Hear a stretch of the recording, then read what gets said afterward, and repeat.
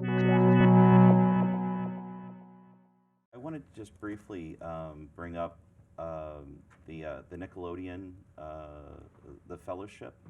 Mhm. Can you talk a little bit about that? Yeah, so Nickelodeon has a writers. It's called the Nickelodeon Writers Program, I believe it's called. And there is a Facebook page for it, where we solicit submissions from writers all over the world now.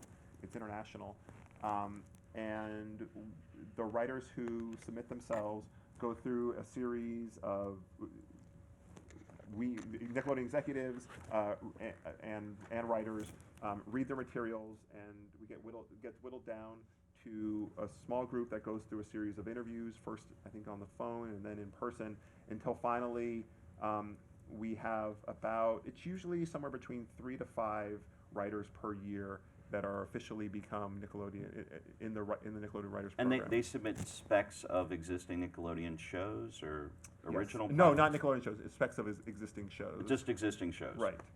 Um, and then once you're in the program for the year, you are living in Los Angeles and essentially working at Nickelodeon, and you can be if there's room, you can be placed on a Nickelodeon show to kind of be kind of an part of the writers' room and kind of we usually one or two writers a year end up.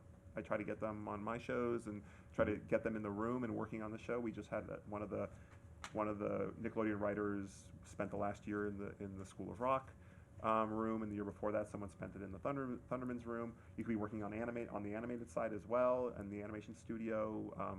The writers end up working on those shows, and you get a year of really work experience and education, and you're also writing material at the same time.